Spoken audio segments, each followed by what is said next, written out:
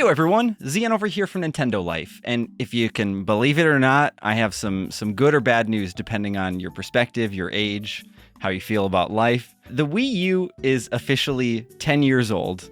I don't like it, but it's the facts, it's where we are, and today to chat all about it, I'm joined by the fantastic Kate Gray. Hello. Kate, thanks for coming on to chat about the Wii U. Oh, you're welcome. I'm surprised you managed to find enough people. Enough people. Yeah. You're right, because it's not just you and I. We're also joined by Jim Norman. Hello. What a little teaser there with enough people. I like it. Well, thanks, Jim. So people that don't know, Kate's been on the channel quite a bit. Kate writes for the site, but Jim, you also write for the site for anybody who isn't aware. I do also write for the site, but I'm a newbie. I'm a rookie compared to Kate, so this is my first time on the channel. Your first rodeo?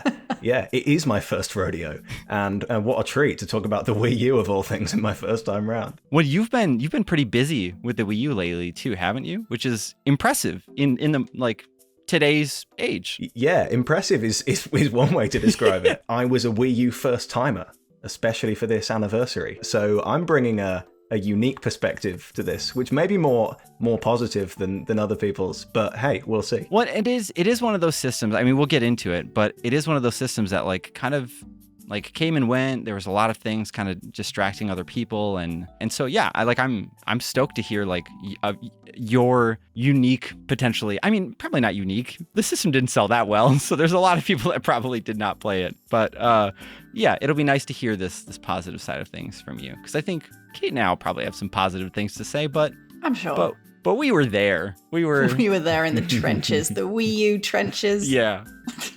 So like I said earlier, believe it or not, the Wii U is 10 years old now. It launched November 18th in North America, and then almost 2 weeks later on the 30th in Europe, and then on the 8th in Japan in 2012. The 8th of November, like same month? Sorry, the 8th of December. Thank you. Remember, the 8th of December. Wow. Right? That's what Nintendo of Japan says. That's the famous phrase, yeah. Yeah, exactly. Which really surprised me, because I think whenever I look back at gaming consoles, I guess, I always thought that Japan got things well before America. Yeah. I mean, they usually do. But I think that with the Wii U, as we'll probably see, that they were very much courting a specific audience. And I think that specific audience is American and male. So I guess it's not surprising that they were like, yeah, America, here's your console. It's got Call of Duty on it. It did. You're right. It did for a brief period. And we know how that went. Yeah. But it launched at a much higher price than the Wii. And I suppose there's people out there that don't know this necessarily, and that's okay because of the way the marketing went. But the Wii U was a brand new console. It wasn't just an upgrade for the Wii. It was better hardware, and it had the gamepad. And I don't know, Jim, maybe, I don't know how old you are. You look a lot younger than me. But yeah, no one listening to this can see Jim right now. So we'll just describe him. He's about 2 feet tall, chubby little baby. That makes so much sense now, why I thought he looked so young. Yeah. I'm actually going to have to go and change my diapper about halfway through this. But okay. Yeah, that makes sense. Once I do, then I'll come back. So big of you. We'll cut that brave. out. We'll cut that out, Jim. Don't worry. So I guess what I was trying to get at was, I think a lot of people when the Wii U launched thought that it was just an upgrade. It was just like a tablet you just bought for the Wii. I do remember hearing the chatter about the fact that Nintendo released this this little stack of pamphlets you could put on the counter of the sales register, or on a Wii U demo kiosk that said it had this graph or chart. It was everything the Wii does and then everything the Wii U does. Oh, that's not that helpful. I think I thought it was at the time, but I think it's funny to know that Nintendo had to come out and be hey, this really is not what you think it is. It's a completely different thing. They had to spell it out for you, the name Wii U probably didn't really help. I think it really confused people. It wasn't like the PS2 or the PS3 or something like that necessarily. I do wonder if the Japanese way of titling things, animes and games will have often a lot of extra stuff on the end, like numbers and random punctuation. And maybe that sort of translated to the Wii U, sort of making more sense over in Japan. This is all speculation. I have absolutely no idea. Yeah, I like it. Bring it on, though. It's For cool. a Western audience, it's just like, oh, an extra letter. So it's like the iPhone S or whatever. We're more used to that maybe being not quite a new one, but a slightly different version of the same thing.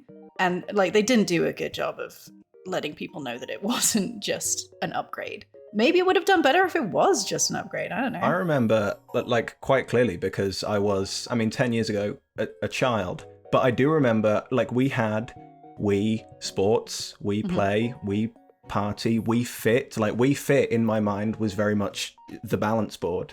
So to then do something called Wii U, which had a camera on it as well, and a lot of that initial marketing was, look, you can see yourself in it. I assumed, and I'm sure that other people will have done as well, wait, this is just like this is an extra thing, right? You can just buy this. This isn't a console. That's a really good point, though. You're right. Like, I didn't think about the fact that, like, the Wii was kind of known for all of these, like, additional accessories, right? It's kind of like what you mean, too. And, like, the Motion Plus, the balance board, the zapper, like, there were all sorts of things that you just connected to your Wii. So, like, why would it be out of the question that, like, this tablet would also connect? Like, oh, it's impressive. I think if we also are a little more generous to the public, I think the Wii U looks a lot like a children's toy. Nintendo build quality has always been, it's designed basically to be sat on by toddlers. And that's great because it will be. Like I was reading the other day that a lot of people, their OLEDs have broken because if you sit or stand on an OLED, it breaks the screen. Whereas a Switch, it might not because OLEDs work differently. Don't ask me how, okay? I'm just repeating what I read on the internet. And so, the Switch is a bit different for that. But like, if you remember the Wii U gamepad, it's chunky, it's thick, it looks like special, those special like iPads for babies. It looks like one of those. It does. Yeah, you're totally right. Like the plastic is massive. The screen like has a big, like people think the regular Switch border is unbearable at times. Like, man, have you ever like holding like a Wii U gamepad's like holding the Steam Deck? Maybe I don't know. Kate could tell us about that one, but but you're right. It is. Oh, I do. I have a Steam Deck. I have my Switch. I don't have a Wii U to compare, but. Things are getting bigger again. And apparently people are okay with that. It's time for the Wii U to come back.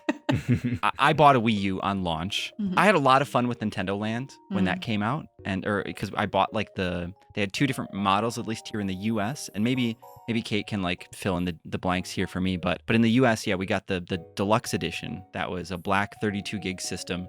And it came bundled with Nintendo Land. It had like a console stand, so you could stand it like upright. And it came with like a charging dock for the gamepad, which is really nice. It came with like another like stand that you could just use for the gamepad like anywhere. And I use that all the time in the kitchen when I'm doing dishes for my phone. Oh, that's nice. Yeah, and the deluxe edition also came with this like digital promotion bonus program thing. Do either of you remember that? This is the kind of stuff that back then would not have entered my sphere. Yeah.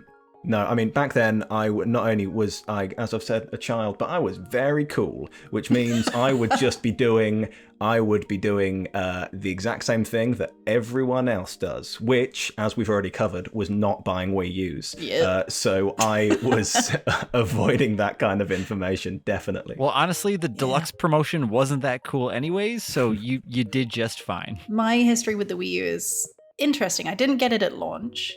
I was at university at the time and had no money. So when I graduated from university, I wasn't about to be buying things.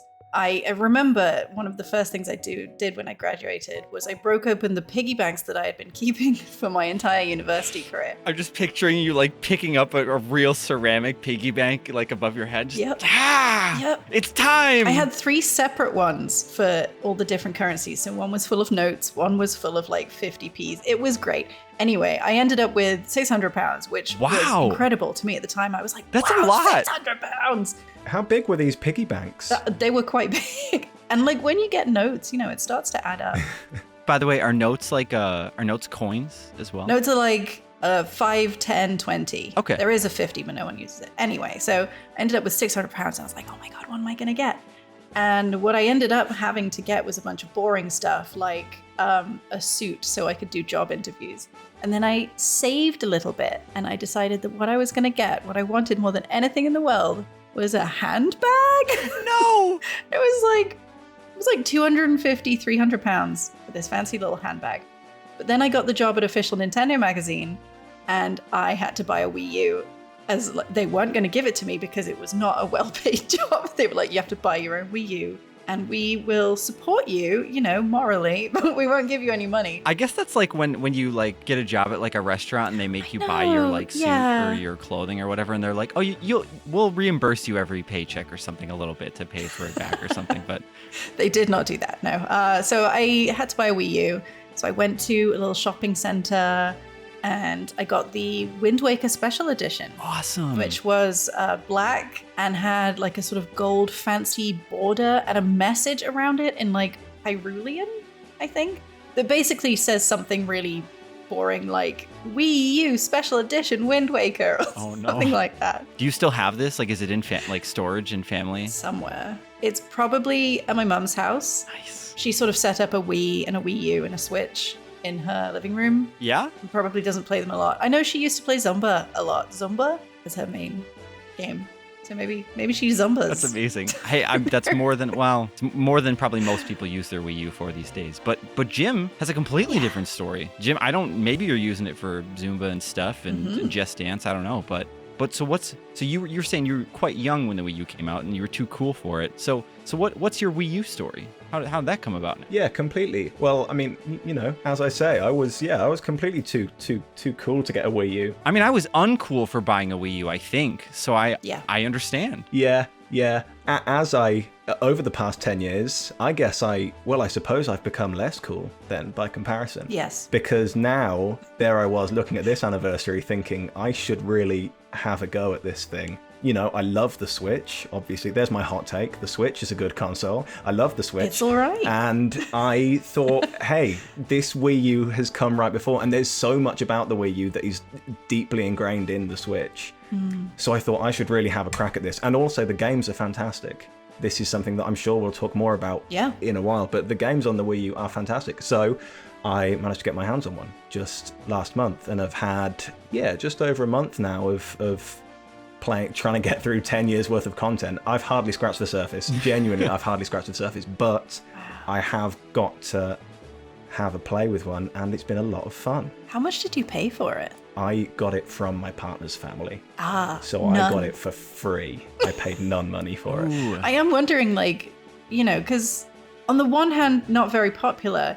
On the other hand, not very many of them. So I'm wondering, secondhand, how much it actually costs. No idea. I wanted to buy a white one for all the Wii U videos that I'm kind of working on and planning right now, just because I thought they always looked cool. And buying a North American one, I feel like I'm shooting myself in the foot by saying this now because it's not going to happen now if I announce it, but they're really hard to find. Oh, no. I called around 15 different stores in my region. 2 stores had them. None of them had boxes with them, which I really wanted to find a complete in box one, and you just can't find white ones. But black ones, on the other hand, the prices were ranging from $100 to $200, and I think you can find, I found them all over Facebook. Yeah. But even on Facebook Marketplace and stuff like that, I just couldn't find a white one anywhere. Even for this is a really good segue, actually. For the 13 million that the Wii U sold, they're fairly easy to find. We kind of talked about this a bit before the chat, so now I'm potentially ruining Kate's joke. But the Wii sold 100 in 1 million, and the Switch so far has sold about 114 million units. So in comparison, the Wii U sold nothing, not even, or I guess a tenth. That sounds like a ton of systems. But then in comparison to the human race, how many exist on the planet, there's 7 billion people. Nearly 8 billion. Thank you. Which is not a number that I don't know. I think it's because we get so wrapped up in our own bubbles, our own universe. But that's just a lot of people. Yeah. And this probably isn't a place to chat about how many people exist on the planet. So Jim, what have you been playing on your Wii U then? What have you been doing to pass the time? I kicked it off like all Wii U playthroughs should with some Nintendo Land, which has been a lot of fun.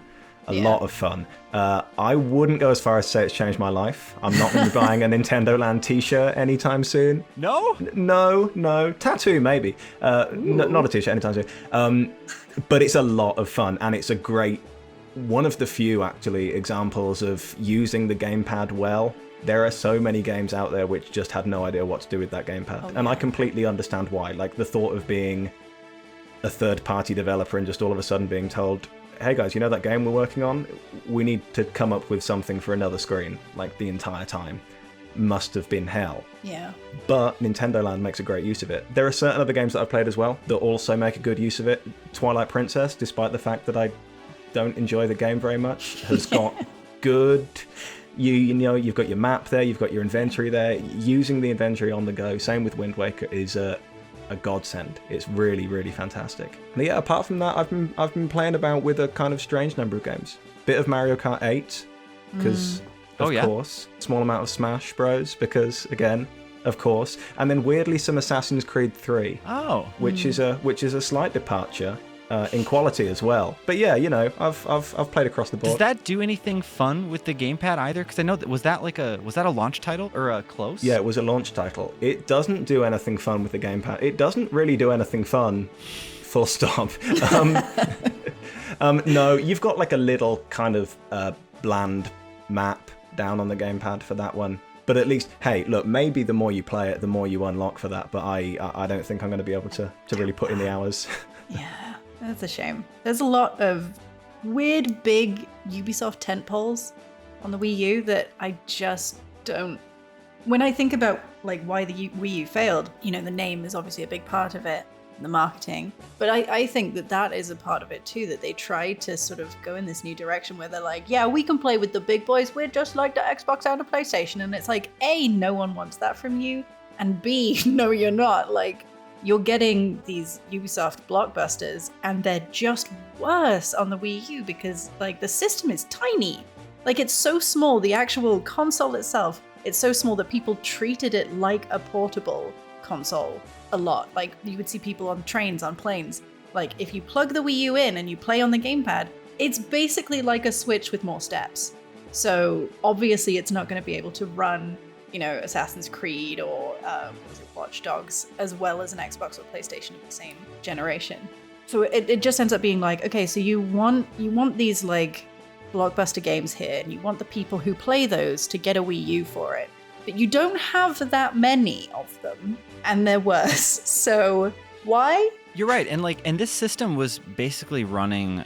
I mean, I'm no expert in this, so I'm probably very wrong. So please, I hope nobody in the comments gets too mad at me. But I always thought that the Wii U was kind of like a better Xbox 360 or a better PS3, and maybe it was just really on par with those. The 360 like came out maybe it was 2005. I know the PS3 was 2006, and this was 6-7 years later. So it was running on, once again, like inferior hardware in comparison to like what everything else was, or what everybody else was doing. Yeah, Nintendo was always sort of like half a generation behind at minimum, for various reasons, but trying to keep up with the rest of them is sort of like, well, that's not gonna happen, is it? I think that we saw a weird thing with the Wii U though, where there were a lot of these studios like Ubisoft and like EA who had seen what a smash hit the Wii had been, and they had kind of missed out on getting involved in that to a certain extent. So then you look at the launch titles for the Wii U, and there are like 6 Ubisoft ones in there. Like these companies really threw everything at this console, and it's kind of a shame to see it didn't work. You say that, I definitely imagine it the other way, where Nintendo of America has been told by Nintendo of Japan, like, you need to go out there and schmooze with the big dogs. You need to go to EA HQ and Ubisoft HQ, and you need to tell them that this is the next big thing, and you need to give them a lot of money. That is how I picture it. I cannot imagine EA being like, yeah, the Wii U, we're going to put all our money into this. Because when you see the quality of the games that got put onto the Wii U, mostly as ports well after they came out on other consoles, they're not very good. So it's clear that they weren't really that invested either. Like, it's a shame. Yeah, I mean, well, maybe they were invested in the hardware was bad. Who could say? I think Not me. I think you're both onto something there too, with the fact that like the Wii U in North America launched with 23 titles, and I think you were saying earlier in Europe it launched with maybe 25 or 26. Was it potentially? Yeah, I didn't actually count them all. 26 by the looks of it. Yeah. It looks like a lot. And so it sounds like, Nintendo, I think there probably was a bit I think it's a bit of, like some developers believed in the console because it was the successor to the Wii, and like, how could it fail? The Wii did great, but then also probably Nintendo, coming in and being like, hey, we got to get some titles on here. And then you look at, I should have looked this number up. The Wii U has something like 150 physical titles, maybe 200 total. There's not a lot out there. And especially for like how many it started off with, you would think that we were just going to get more. Yeah. But yeah, it felt like maybe these arrangements were made and some developers like EA and Ubisoft like felt the need to kind of stick through with a contract or an agreement or something and release a few titles here and there. But you'd see things like, was it Rayman Legends, I think, was originally like supposed to be developed as just a Wii U exclusive title, but then last minute they sort of pivoted to release it on PlayStation 4 and Xbox One instead. And I think it has more features baked into the Wii U version. I've been told that that's the better way to play. But yeah, it is kind of a bummer that like some of the biggest games that really take advantage of the system came out really early in the Wii U's life. Like Zombie U, I think I didn't really enjoy it a ton back then, but I like appreciate that it took a chance to like do something weird where you would look at the gamepad, I think, for your inventory, and like the game would still be running in the background while you were playing. So it was like a survival horror game where when you look at the map, the game doesn't stop. It doesn't let you breathe. Like it's constantly going, and if you die, then you have to go back and find your stuff. Like it is a really neat idea, but yeah, it just didn't take off. So much so that I think there was like a Zombie U system bundle in either Europe or North America too. Like that's how much they thought that was that people were gonna want that. I mean, they were pushing it hard. I remember when I went to the Nintendo booth at the 2012 EGX, which was like a month or two before the Wii U launch. It was all Zombie U and Nintendo Land, and like I don't remember there being anything else. I'm sure there was, but those were the two games where they were like, yeah, buy the Wii U. It's got zombies and fluffy Nintendo characters. Everything anyone could want. So weird. Those are also the two games, mind, where they can show you that the gamepad isn't completely useless. Yeah. Right? Yeah. It's not just looking at a map, like you say in Zombie U. Zombie U is like live bag packing. Like you need to be really quick at loading your rucksack. Yeah. And Nintendo Land has got some fun things as well. Yeah. Whereas had they shown you Assassin's Creed 3, then people might not have been quite so hyped about it. Especially with Xbox and PlayStation in the same room at that point. Like, this was before everybody started dropping out of game events. So, like, the big three were all there. When I think of the Wii U's successes, it is the games that were made for the Wii U. It's not the ports of all the Ubisoft games.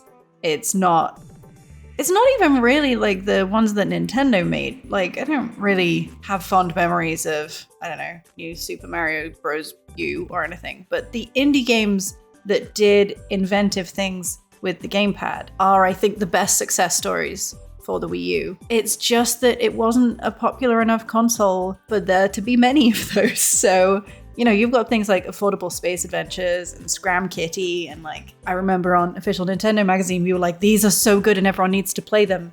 And no one did.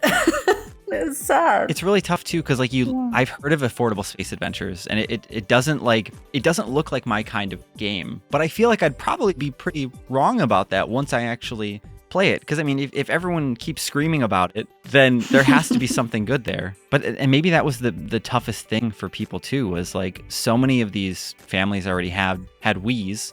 They already had Mario. Like it's like that meme, like the Mom, can we please get Space Jam 2? No, we already have Space Jam at home. Like like it's like we already have Mario Kart at home. We already have Wii Fit. Like, so what if Wii Fit U comes with a pedometer that lets you take it out and go on walks in the real world? I don't care, Jimmy. We're dancing to Just Dance 10 tonight. Sorry. Yeah. Also, I just remembered, I didn't mean to say Jimmy. That's the name that I default to when I'm talking about like random kid, but Jim's also just here. That is me. I am default random kid. Thank you.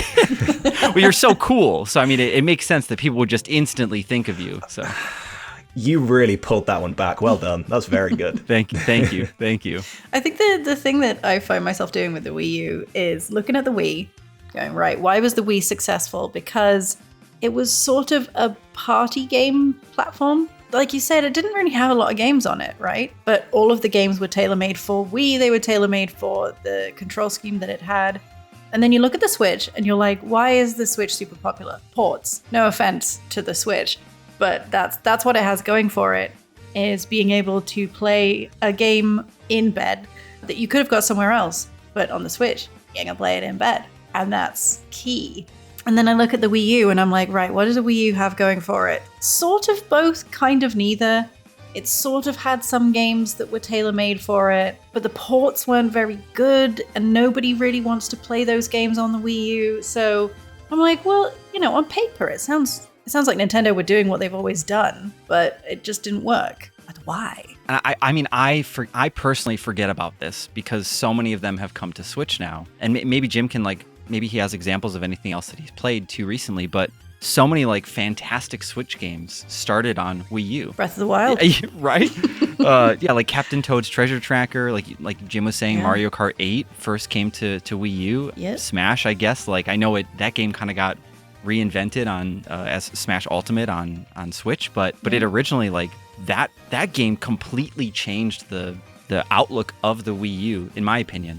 Things like that, Mario Kart and Super Mario Maker. My Wii U ended up living on as a Smash Bros tournament machine, because the store that I used to work at, we would run Smash tournaments there after that game came out, and so it's just completely beaten to hell. It has so many scratches on it because that plastic, especially the black models, scratches they're so visible, your fingerprints.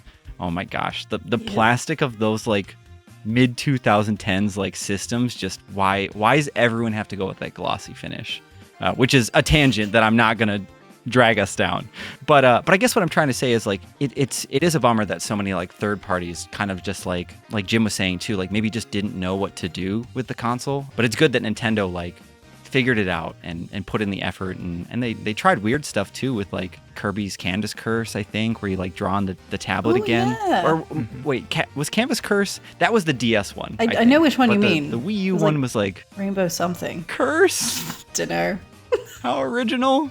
I don't know. It's the one where you draw him like ramps. You draw Kirby ramps, and he can roll down them really fast. In the trailers, in practicality, it's really difficult to draw ramps that accurately. I don't think the touchscreen was very good. And that has reminded me that, unless I'm completely making this up, the Wii U had a stylus, didn't it? It does. Yeah. I think I didn't realize that until I'd had the Wii U for months.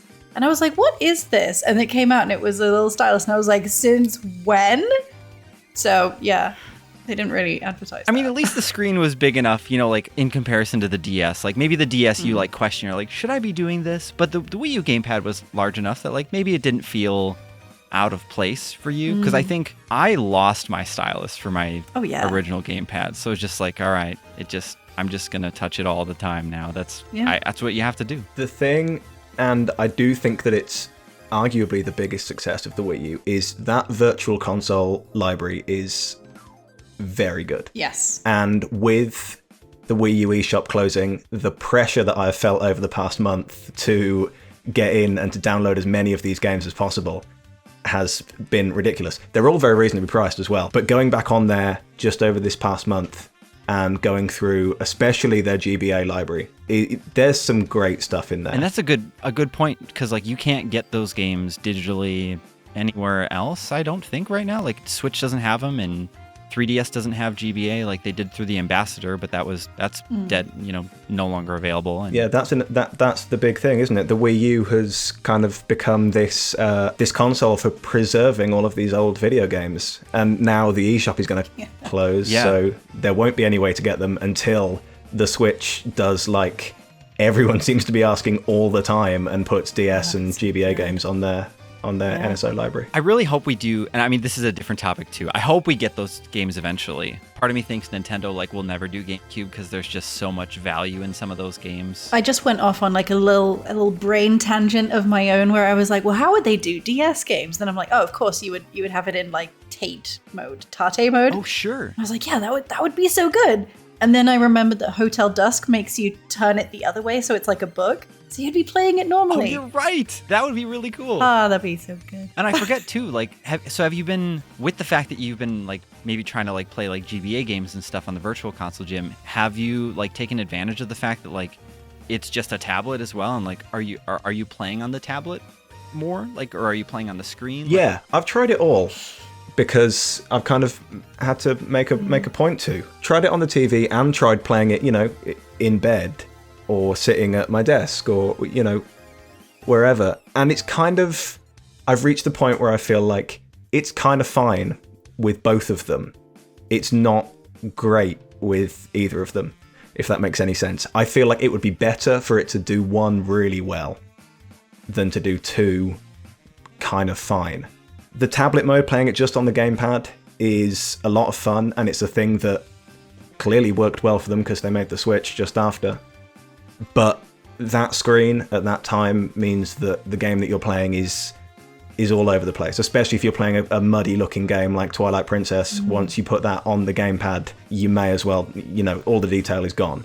It was an idea, and at the time I thought it was a cool idea. Now that they've done it better with the Switch, it's one that looks very old, even though it's only been 10 years. I actually think I played Wind Waker almost exclusively on the gamepad in bed. I was like crashing at my then boyfriend's house, which he shared with like 4 other people. It was a nightmare for everybody involved. But the living room was above his bedroom, like directly above. So I was able to have the Wii U there, and I would be in bed immediately below it, and I could just play the whole of Wind Waker in bed. Oh, that was a good time. And now I could do that whenever I want. So I don't know why I'm still like nostalgic for a thing that I can do now and better. Isn't it really weird though how as technology like evolves, we find like really fun ways to like, I don't want to say like take advantage of it, but just like find the loopholes. Like, yeah, like you like knowing that the system could sleep upstairs and like you're downstairs and it just still, it still works. But like, don't try to go in the other room because it's going to disconnect on you. Because I don't remember how long the range was, but. Oh yeah. If I wanted to go to the kitchen, I think I could like have it in the bath because the bathroom was directly next to his bedroom, but then it would get a bit spotty. But any further than that, no. I suppose too, there was kind of a misconception as well that like the Wii U was also like a portable system. People would just think that you could buy that and like take that out with you, and I don't know what they thought you could do with it, because like the Switch even in itself was, before we saw the Switch, we were like, no way can you play this new Zelda game on the go and Skyrim on an airplane, Yeah, at a basketball court under like an overpass. Like, who's doing that? 4 players? Right, come on. Yeah. I did a similar thing to you, Kate, where I was looking at my grandparents when the Wii U came out, and my bedroom was above the bathroom with the shower and everything that I used. So occasionally I would take the gamepad downstairs into the bathroom, and then as I like got ready, like brush my teeth in the morning, I would like have like the stand there that the deluxe edition came with, and I would put it on there and like watch YouTube for 10 minutes or something. And yeah, it was my Netflix machine, I feel like. Yeah. For a long time. Like, why buy a TV? You could just have a Wii U. And, the Xbox One around that time was also doing the, like, it's a gaming station, it's an entertainment station, it's everything. And it's like, well, maybe the Wii U did it first, actually. Just no one knew about it. Well, maybe you're like discovering this now too, Jim. The Wii U has so many like weird features that maybe you can't use anymore now. Like there's the video chat baked in. Yeah. And I saw like Good Vibes Gaming recently did a video where there's some new homebrew like firmware out there that allows you to like you can use things like that again, because Nintendo shut those down, but you can also use it as like a TV remote if you want. I remember that. Yeah, is there anything like either of you that's like baffled you as to like why this was a thing? The thing that surprised me, and it should come as no surprise that it's not up and running anymore, was the Miiverse. Oh yeah. Right. The social media Nintendo decided, I'll tell you what our console really needs: social media. And that is kind of baffling to me now because it's not working anymore, which is very sad. Like I never got to see Miiverse. But just watching through, videos, I've seen a couple of video essays on the console recently and seeing this footage of the Miiverse, it looked like a crazy place, crazy times we live in. Yeah, it was mostly like, if you've ever been somewhere where actual children hang out, which is not Twitter, but like, for example, I was playing a mobile game the other day and it has a chat feature and it's entirely 10-year-olds. And you get this little insight into what 10-year-olds are like, because none of us have children, I'm pretty sure. I mean, that was so long ago, too. So it's like... Yeah. It turns out they kind of just yell at each other a lot. Like the one I saw yesterday on the mobile game was someone getting upset because another one was swearing and he was like, I don't like swear words. And that's what Miiverse was like. There's a lot of memes where it's these kids having an entire relationship, being like, we're gonna date. Yeah, okay. We're dating now. Tell everyone I love you. Okay. And then they break up over something inconsequential. And it's just, chef's kiss. Wonderful stuff. And this is just like a public forum, yes, basically, as well. So like anybody can see this. Yep. And like, I think it had like a weird upvote system. And it was all tied to your me as well. So everybody had like faces and you'd see someone who looked a bit like Shrek or someone who was like Master Chief just telling you about their day. And you're like, this is wonderful. It's trash, but it's wonderful. I remember like drawing pictures or like trying to be like the first person to like draw something funny and like put it on the game when it like first launched. Yeah. Like I remember drawing a picture of Sonic and I did like gotta go fast thing. I don't know why, because like somebody else already made that, but I thought it'd be fun to put it in. So that's what I spent a lot of my time doing, was like just drawing things or like saying something stupid and seeing if someone reacted to it.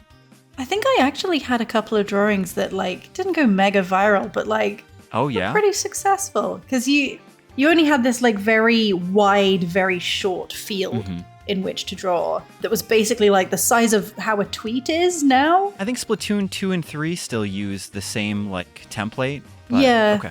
They do. I don't remember what I used to draw. Like the drawing tools were not very good. I don't know how people managed to actually get art on there. You draw something funny or cute or impressive, and you'd actually get a little hit of Miiverse fame. Miiverse dopamine. Which is worth nothing. Give it to me, Nintendo. There was, I remember on the Wii U advert that at least went around the UK, and I went to the Birmingham Games Fair in 2012 when they were really advertising the Wii U as well. They really wanted people to get this, and they really wanted people to get Skyward Sword as well. And there were these videos of people doing these insanely detailed like oil paintings of Link in his Skyward Sword form on the Wii U pad. And that is hilarious to me today, having seen the Wii U pad and seen the size of it and what is possible to do on it. Like, this thing was more like PictoChat than it was like a canvas. I mean, I don't remember. I remember the DS and the 3DS having like Art Academy, like officially by Nintendo, but I don't remember. Maybe there was like a digital like version only that Nintendo released of Art Academy or something. Because I actually do remember some really nice art of Link now as well. So maybe I'll have to look back and see if I can find like pictures or something like that to show in the video here too. And yeah, it's crazy. So I feel like, we talked a lot about some of the different titles that came to the Wii U, like the lack of titles, or even some of the titles that really didn't like take advantage of the system. But I think there were still some games that even Nintendo brought, over fully developed that just like didn't take off either. And I mean, I feel like I don't have a unique opinion. Like, this isn't like a unique stance here, but things like Animal Crossing Amiibo Festival. Do you remember hearing about that, Jim, back then? And Kate, as being an Animal Crossing fan, what was your perspective? I didn't play it. Oh, you didn't play it? No, because it was sort of like a weird spin-off. Yeah. Or something, and I didn't really understand what it was or why I would want it. I don't know. I played a lot of Toys to Life games and I was kind of over it, I think. I completely agree. I'm a huge Animal Crossing fan. I love Animal Crossing, and hearing about Amiibo Festival was much like hearing about Hyrule Warriors for me, in that this is a franchise that I adore doing a thing that I don't very much, and therefore I don't like it. The amiibo as well was a thing that started with the Wii U, right? This was Nintendo's, Yeah, you're right. way to begin the amiibo, and it was a concept that already was quite ill-defined when they released it. You can use them for Smash to have the same characters that are already on Smash. It was much like the Wii U itself, it was a piece of tech that was looking for a reason, that was looking for a purpose, and they never quite found it apart from collectability. It didn't really feel like I don't know if this was actually true, but I remember hearing that the Animal Crossing developers only made Amiibo Festival because they wanted an excuse to make plastic toys of their characters. And that just feels like untrue. But I'll fact check myself and find out. But it did, in hindsight, though, like it really kind of did feel, it felt that way in a way. Because you're right, like with Smash, you have this like clone of a character that you pop in and you can fight it and train it and like, but then what do you level it up and like, but learns from you? I don't know. It didn't really seem that exciting, I think is what I'm trying to say with that. Like we saw some really cool amiibo implementation in Mario Maker eventually, where like you'd unlock a character skin for Mario that looked like that character, and that was really neat, but it was still just kind of like a content unlock. It wasn't like changing the genre or doing anything that inventive, really. I rented Amiibo Festival, which actually sounds ridiculous now that I think about it on paper. I paid like $10 to rent the game. I got the cards with it, and then I had to rent the figures separate from our local Family Video movie rental store. When the game was $50, like we should have just bought it. Because then I think I returned it late as well and had a late fee, and it was just like, gosh, what am I doing? Yeah. But yeah, I remember like renting it because I wasn't sure about it, and I was super disappointed. I even bought like the Sable amiibo because Sable was like just one of my favorite characters. So I bought the amiibo, but yeah, just nobody cared, and it really felt like a big slap in the face. And I think a lot of those games really hurt the morale of the community, and just, I mean, it wasn't giving people a good reason to get the system, and it wasn't rewarding the players that already bought it either. Like Kate probably remembers this, but do you remember hearing about the Animal Crossing download, where it was just like a hub, and like Animal Crossing characters would like roam around, and they looked like really high quality, and you could talk to them, but that was like that was it. That sounds vaguely familiar, but I don't remember. When was that? Like towards the end? I don't know. It might have been before Amiibo Festival, but I remember the characters looking really cool. Like they all had their standard outfits, but like the lighting or something was just really unique. But we just got this really cool taste of Animal Crossing, but it was just like the Wii U was just a big tease for the Switch, I guess. But yeah, like you said earlier, like we got Breath of the Wild on the system. We got Mario 3D World. I don't know. I feel like this whole time I've been like, oh gosh, the Wii U, like get it out of here. But at the same time too, like Jim, you just bought a Wii U, so like it can't be that bad, right? I think that a lot of people use the whole idea of, oh, all of the good games are on Switch now, as like a negative thing about the Wii U. Yeah. I see it it's like they were on Wii U first. Yeah. Well, kind of. I see it in the complete opposite way. These games were good enough to be brought to the Switch, the better selling console. But, these were great games. And by bringing them to the Switch, it just kind of shows that they wanted more people to play them because people really enjoyed them the first time around. And because not that many people bought a Wii U, more people deserve a chance to play. What if Breath of the Wild had only come to Wii U? I mean, yeah, come on. It still would have been a fantastic game. It would have been a great game still, but it wasn't going to be the Breath of the Wild that we know today, will it? It's tough because you look at something like Smash, and I don't remember how many copies Smash has sold, but I know it's on Switch at least, but it's a lot. And even if Smash or Smash Bros, Super Smash Bros for Wii U couldn't turn that system around, then Breath of the Wild probably wouldn't have either. So to end things, I have a random story that I want to tell about the Wii U that is probably not even that cool. I think it's pretty great. But I wanted to also give the chance that like if either of you have just any random things to share that were fun or weird or awful, even with the Wii U, I feel like this would be a good time to share it. The Me Maker has done me and all of my friends so very dirty on this, and like we need to talk about it. Yeah, the one where it's like you take a photo and it's like, yeah, I know what you look like. Yeah. Like, no. Okay, sweet. So when the year Breath of the Wild was at E3, this was probably, I guess, E3 2016. That year at E3, Nintendo's booth was just Breath of the Wild. And I was writing for a Zelda fan site at the time called Zelda Informer.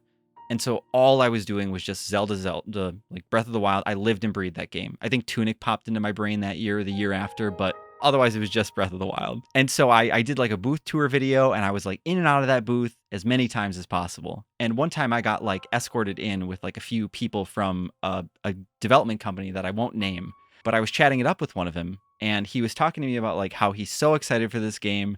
And he's so like, he was like, yeah, I take like a lot of work trips, and I'm just going to be playing this game on the plane all the time.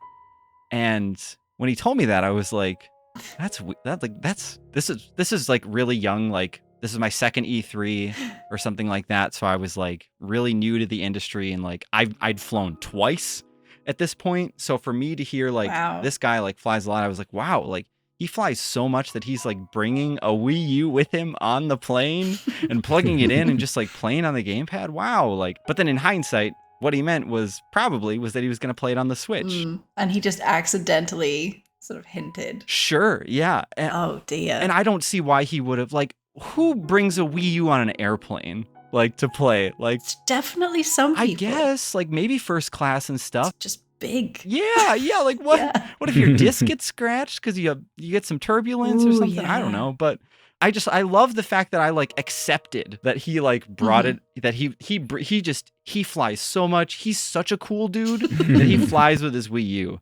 And yeah, that was probably not the case at all. But that was what I thought for a year. Really dumb story, but I love it. I have a lot of fond memories of playing sort of indie or indie-ish games, like Child of Light I played on Wii U and I really liked it. And I know a lot of people didn't. And I definitely had a problem with the fact that all the writing was in verse and the verse wasn't very good. But the game was beautiful. Yeah, the art style was really cool. Absolutely. The music is incredible as well. But I think my lasting memory of the Wii U, other than playing Wind Waker in bed, when I was on Official Nintendo Magazine. Obviously, print magazines have been in decline for a while. And Nintendo was not doing particularly well at that point. So it was a little difficult to be making a Nintendo magazine. But they started announcing Breath of the Wild. They gave us a screenshot of like Link on a horse in like what looked like an open world game, and we were like, whoa, mind's blown. And suddenly with that plus Mario Kart 8 plus there were some other things, I forget now what else there was, but there were a couple of games that all sort of started happening at the same time, and we were like, oh yeah, everyone's going to get a Wii U now, and they're going to come back to a little old Official Nintendo magazine, and we'll say, I told you so, and they'll be like, you're correct. Anyway, that didn't happen, obviously, and the magazine shut down. But before it did, we got to go to Nintendo headquarters UK, which is a very small office in Windsor, which is a relatively small town as well. That is still really cool you went, though. It was absolutely very cool. Like, they have a wall of BAFTAs, and like everyone's desk is just covered in Nintendo stuff. And it's very much everyone that works there actually cares about Nintendo. They have this little back room that's for like reviewers and previewers, and it has all these like rare DS games in a little cabinet. But we were there to play Mario Kart 8, and in my mind, every time someone says Mario Kart 8 Deluxe, I'm like, it's just Mario Kart 8, mate. Oh no, yeah, and the Switch version, right? Yeah, sure, fine, if that's what you're playing. But it was incredible. It was like this revelation. We'd been sort of surviving on scraps up until that point. Like, there were some incredible indie games that came out during that time, but Nintendo-wise, it was like Hyrule Warriors, and that was maybe it, maybe? And like one screenshot of Breath of the Wild, and then, yeah, we're playing Mario Kart 8 in Nintendo headquarters. We were there for an entire day. They kept coming in to check on us and give us tea and biscuits and all that. But mostly we were just like, me and my other writer, we were just stuck in this room playing this incredible game. And like, you know, we would be unlocking things and like getting new tracks, getting new characters, and just the stuff kept coming. And it was in that moment that like, it didn't matter that the Wii U wasn't particularly successful or as good as Xbox or whatever. Like, it didn't matter because it was Nintendo doing what Nintendo does best. And unlike all the other companies that ended up trying to put their AAA games on the Wii U, Nintendo put their whole selves into it, you know. They made a game that was specifically for that platform, that was like tailored to the platform and to the people that had a Wii U. And that was when the Wii U was at its best, you know, when it felt like people cared about you, that people weren't just putting a crappy port on there because they had a contract or whatever. And I wish there had been more of that, but Nintendo can only make so many games, so it makes sense that it wasn't, you know, constantly just Mario Kart 8s every week. But, what a good time. That's a really good thing to think about, too, is just how, like, you know, like I know I dogged on Nintendo for releasing Amiibo Festival and not making Game & Wario like a real WarioWare game. Yeah. But you're right, though. Like, the good titles are great. And like, yeah, Captain Toad, like, how is that? How is that a full game? Why do we don't deserve that? But we got it. No idea. Yeah. And like, you know, Splatoon, Wii U, and Nintendo Land, it's good.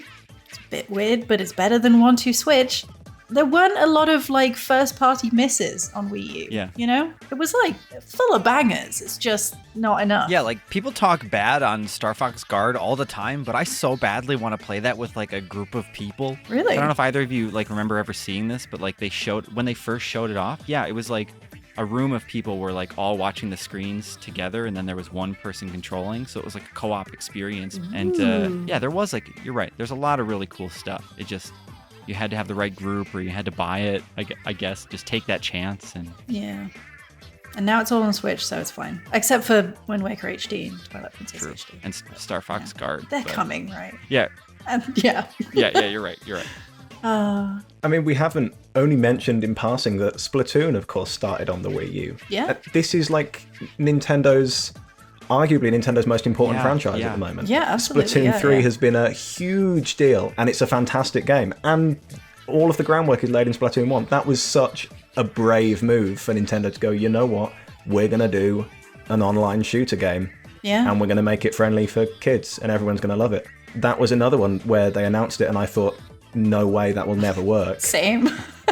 But and you're here right, we though, are. too. It's such like an impressive thing for Nintendo, or it's such a Nintendo thing, but it's also just an impressive thing for gaming that like they managed to come out with a shooter that is fun, but also doesn't like reward you for killing the other players. Like the goal is to just ink everything in the area, and sure, like, you know, defeating the other players like does like push that team back, and it gets ink in the area, but there's not like a kill counter that is like in your face, like you know, people aren't freaking out about like their streaks in that regard. I wonder if like Nintendo was like, well, no one's buying the Wii U, but everybody that has already will buy every game we put out on it as long as it's a Nintendo game. So let's make something weird and see if it does well. And so yeah, they're putting out like Hyrule Warriors and Splatoon, getting a bit experimental with it. This is once again speculation. I have no idea what goes on at Nintendo, but yeah, there was some weird, interesting, cool stuff that they did on the Wii U, and it paid off. Well, it's cool that like that game, even just on the Wii U, still has so many things that, you know, we don't have on Switch now. I mean, the campaign is one thing, but like there's local multiplayer, just like on one console rather, on the Wii U. I think just one person looks at the gamepad, and I guess the other looks at the TV. But it was neat that they like still managed to sync that in there, because that's one thing I wish the Switch versions had. And maybe looking back at the Wii U too, that it's kind of like we have all of these games in other ways for the most part. Like, you know, you're not missing out on Splatoon if you play it on Switch versus the Wii U, you know, where it was born. Or I mean, Mario Maker, I would argue that Mario Maker is a much better experience on Wii U with the gamepad and